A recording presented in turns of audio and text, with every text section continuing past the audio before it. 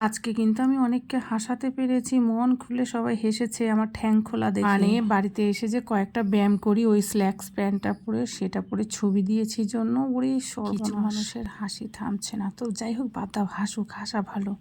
আজকে তোমাদের এই রান্নাটা করে দেখাবো। এটা কিন্তু চিকেন স্টু, কিন্তু আমি এর মধ্যে কত কিছু দিয়েছি দেখো। এক্সট্রা বেগুন আর মিষ্টি কুমড়ো দিয়েছি। এখানে মশলা কিন্তু আমি সব কিছুই দিয়েছি, শুধু এক ফোঁটাও তেল দিইনি।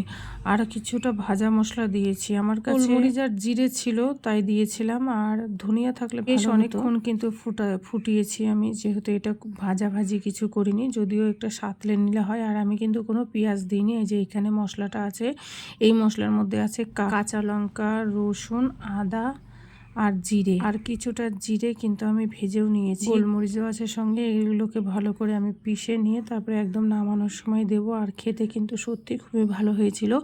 এইটা দিয়ে কিন্তু আমার ছেলে আর আমার বর ভাতও খেয়েছিল, আর আমি কিন্তু মানে গতকালকে এটা শুধু এটাই খেয়েছিলাম দুপুরবেলা। আর বেশ অনেকক্ষণ পেটটা ভরা ছিল, আর কিছু খেতে ইচ্ছে করছিল না, যদিও চটপটা খেতে অনেকে ইচ্ছে করছে, মিষ্টিও খেতে ইচ্ছে করছে, কিন্তু খাচ্ছি না। চাইলেই কিন্তু আমরা রোগা হতে পারবো, কিন্তু আমরা চাই না, কারণ এই বাসি পচা খাওয়া আমাদের অভ্যাস মেয়েদের, তো এই জন্য আমরা রোগা হতে পারি না। আর মিষ্টি অনেক দিন থেকে খেতে ইচ্ছা করছে, কিন্তু আমি মিষ্টি কিন্তু অনেক দিনই খাচ্ছি না। আর এই যে এই জলটা যেমন অ্যালকালাইন জল, এর মধ্যে দিয়েছি তুলসী বীজ, আর আমি কিন্তু একদিন তুলসী বীজ একদিন চিয়া সিড এইভাবেই খাই।